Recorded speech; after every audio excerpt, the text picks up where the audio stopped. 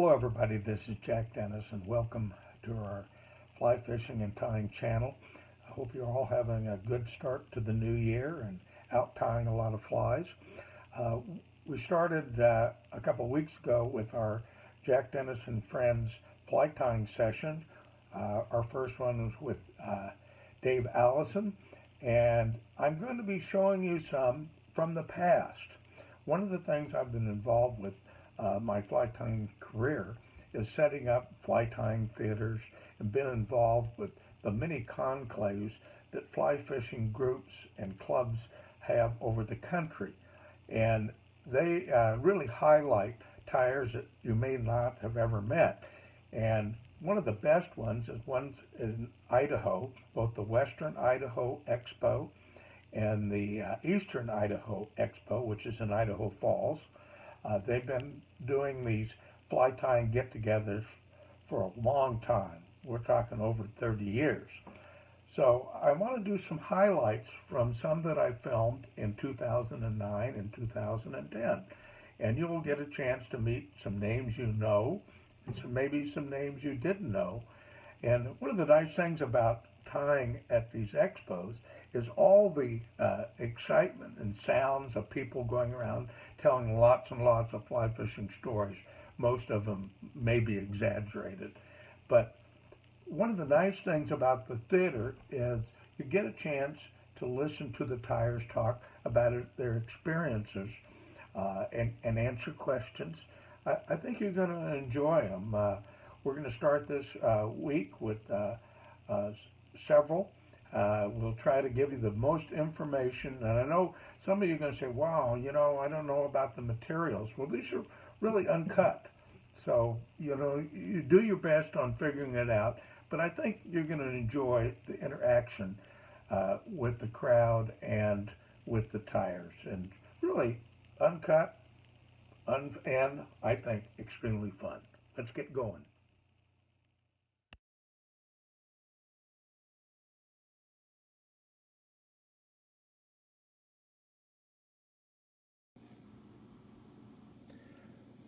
I'm sure you're going to enjoy the next fly tyer. His name is Bill Heckle. He passed away in 2017, but in 2012 he was at the Eastern Idaho Fly Tying Fair demonstrating his Biot flies. He had been tying since the early 70s and was very involved with the Federation of Fly Fishermen, who has taught fly tyers and fly fishermen throughout the country for over 50 years. Bill is one of the great tyers, and you will enjoy his look at fly tying. Try to get 3 flies in here.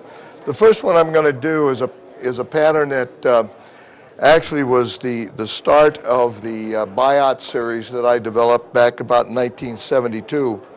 And it's basically a very simple pattern and was my substitute for the henwing spinner that Carl Richards and Doug Swisher came up with, which always was somewhat of a nemesis to me because I'd end up losing a wing and not know it, and I'd have a bird's nest out in the end of my leader. So what I'm going to do is we'll do the spinner first. And when you do the spinner, you have to tie it on a 1X long hook. The standard dry fly hook does not offer enough length to give you the proper proportions for the fly. And I will be the first one to admit that 90% of what we do at this vise is for us and not the fish. But fortunately, this particular pattern has turned out to be a rather successful one for me, both fishing and helping people to enjoy spinner fishing a little more than they would fishing with a henwing spinner. What I'm going to do, first off, you need to start with a ball of dubbing to separate the tails, as you do with either a comparadun or a no hackle. And what I'm going to do is I'm going to use something that I purchased just recently, well, not recently, but when I was tying out in Danbury, Connecticut. lady was selling a kangaroo hide, and that's what I'm using for my dubbing. And surprisingly enough, it's an extremely fine dubbing, and it really, well, needless to say, I have a lifetime supply of it now. But it's soft, and that was really surprising to me. And most of the time, you will find that when you see me tying, I'm tying with natural materials. I'm sort of a frump about that, I guess, but I'm not a fan of synthetic materials. They just don't work for me that well. They don't have the same quality to them as far as I'm concerned. My opinion, and $1.25 will get you a cup of coffee, so take it for what it's worth. What I'm going to do, I'm doing this on a size 12. When I do tie a size 12 spinner, or the larger the hook, like a 12, well, 12s and 10s, I'll use 3 microfibettes on each side of the hook to form the tail. The tailing on a spinner is the length of the hook shank plus the gap of the hook. You measure that guy, and you're going to lay him right here. And when I bind this in, I'm going to bind it in and tie it so that it is alongside my side of the hook shank. I guess there you go, you can see that. Now what I'm going to do is I'm going to take 3 more microfibettes, and I'm going to put them on the other side. And one of the things that I've always found that the students in my class have a trouble with is getting the tailing equal length on both sides of the fly. So what I'm going to do, I'm going to match up the tips of the tailing that I have already tied in. I will grasp them with my left hand, and I will throw a loop over the hook shank and just pull on it. It says here, it didn't go that time, did it? Well, we'll start again. Match up the tips, grab the material, and throw a loop over there. And what happens is the torque of the thread brings the tailing for the other side over to the other, partially to the other side of the hook shank. Then what you need to do is just wrap back without a lot of pressure, because you do not want a wide spread on these tails. Spinner tails generally will be pointing back at an angle about like so. All right, we have the tailing in place. I'm going to wrap up to the front portion of the hook shank to bind the tail material in to make sure that it's secure and it will not pull out.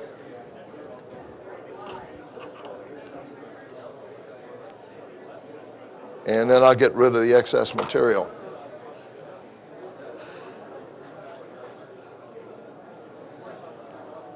In between each step, if you're tying, I tie a lot with 10-0, 12-0, 8-0, and if you find you're having trouble tying with the real small, fine thread, if you will spin the bobbin backward in between steps of developing the fly, you'll find that your thread will not have a tendency to break on you unless you really start pulling on it. But what happens in tying, the thread, when you're tying with a bobbin, the thread twists in a clockwise direction, and it turns into a little round rope, and it makes it very difficult to keep the bulk out of your fly, and it's also weakens the material, and that's when you have problems with breakage. What we're going to do now is the abdomen of the fly. I'm going to use a goose biot, and when you bind this in, you want to bind it in by the natural tip end of the material. And you want to bind it onto the hook shank with the concave side of the biot facing the hook shank. All right. There we go. Come on, where is that guy? Here we are. Now make sure you got this securely bound in here because this stuff wants to slip out on you. And the first two wraps are very critical. You got to be very, very careful with it so that you do not pull the biot out from under your tying thread.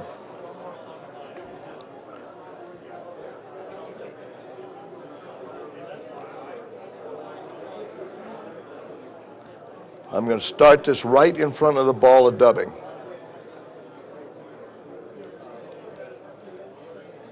When you wrap your biot, you do not want to overlap it. You want to have the wrap one in front of the other. And what happens, you get a good definition of the segmentation of the abdomen of the fly. Because what happens, the hurl on the edge of the biot will stand up and really accentuate the segmentation. Here we go.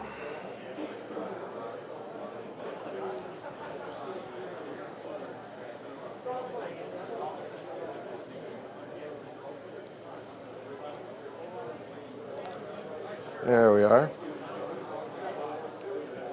And just bind down the end of the biot right in the thorax area of the fly.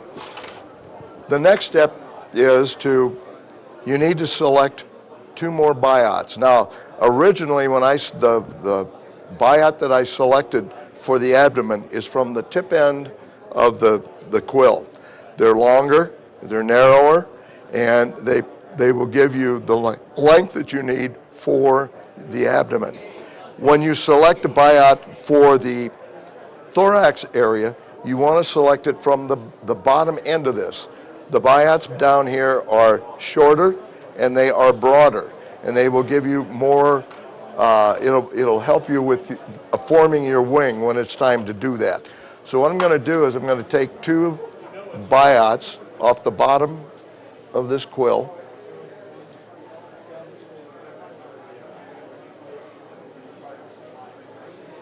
There we go. Come on here. Okay. What I'm going to do is I'm going to tie this biot on top of the hook shank, and I'm going to tie it so that the concave side of the biot is facing away from the hook shank. The reason that will give you the same finish on your thorax as you have on your abdomen. So I'm going to lay this on my side of the hook shank, throw a loop over there, and let the thread bring the biot back to the top of the hook shank. You want this biot to be right on top of the hook shank. You want it straight. You don't want it off to the side. Take a couple of turns, we'll secure that guy and get rid of the excess.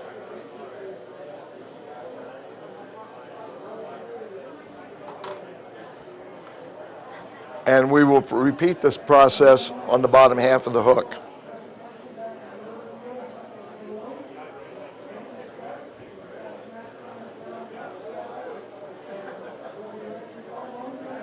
Come on, stay up there.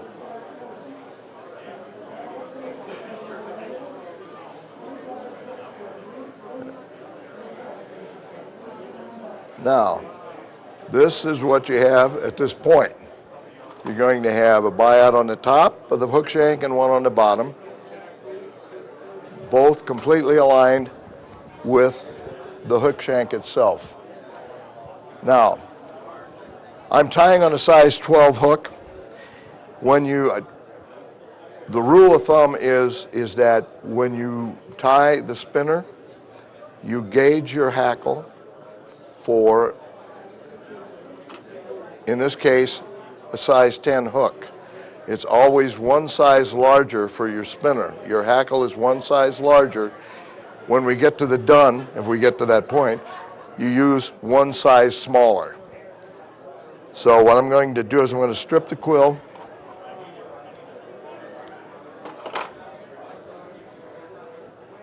And I can't emphasize too much the importance of gauging your material.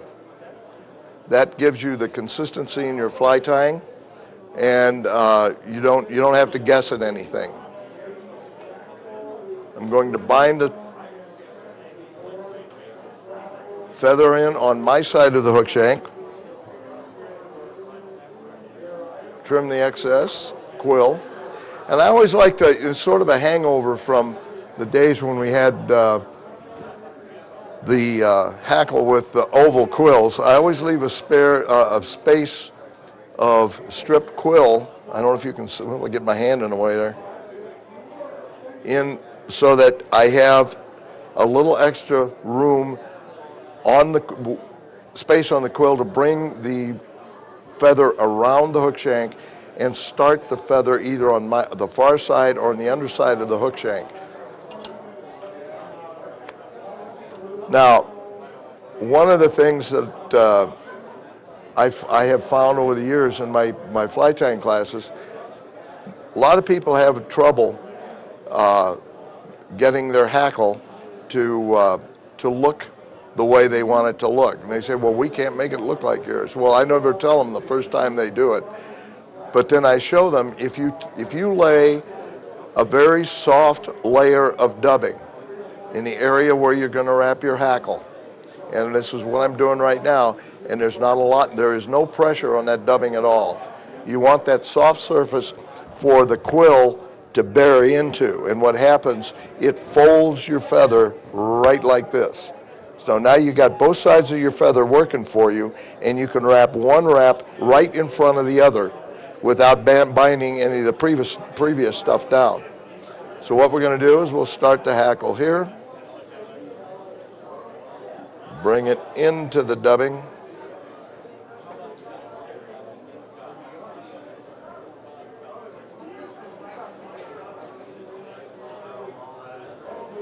there we go.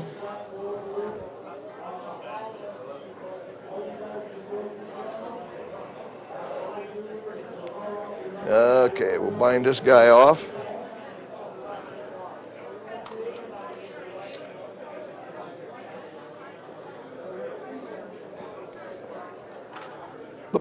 You want it over there. Now I'm just going to pull this back so I can start to build the base for the head with this small thread. It takes a while to build a shape of a head that you want. Now, the next step is to pull the biots over and form your winging. So what I'll do is I'll lean around here and just take my dubbing needle and sort of clear a little bit of a path there. And I'll flip the biot up over the top, pull it to my side of the hook shank, and let the thread pull it back on top so it's in line with the hook shank and the abdomen.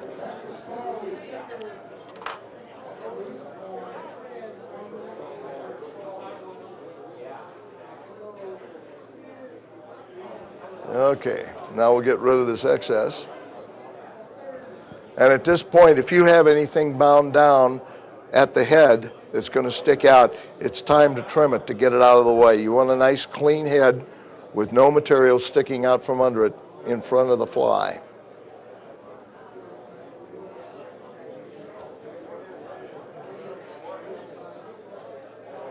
Come on there.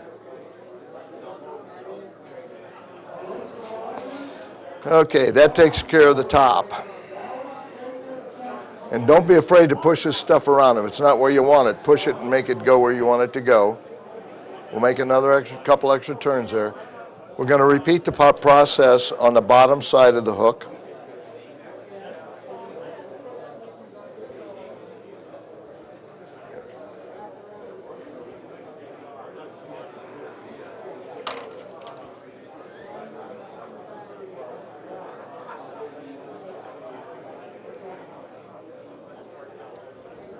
And again, you pull the biot back up onto the hook, several turns to secure it.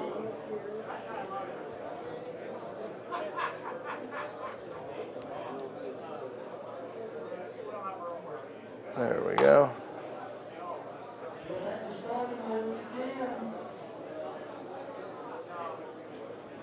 All righty, clean this up here in the front a bit.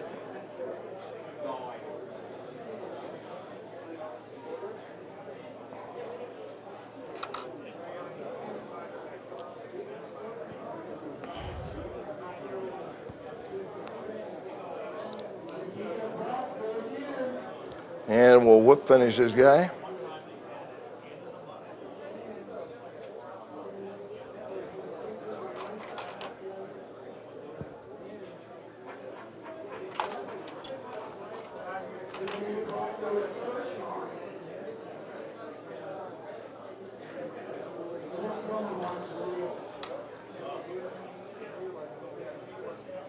There we go. Since I'm not putting any head cement on this, I'll double whip finish it.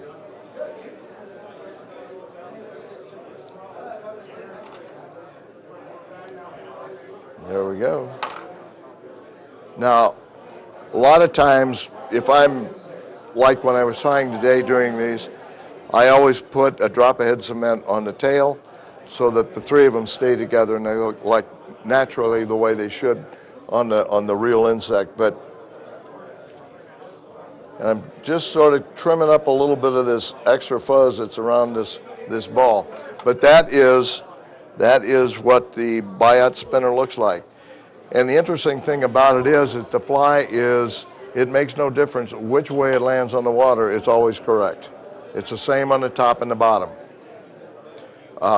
You will find that if you decide to fish with these, I never use a strike indicator. I let my line indicate when the thing is going to be taken.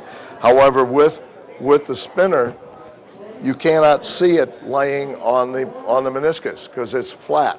It's designed to lay flat on the surface.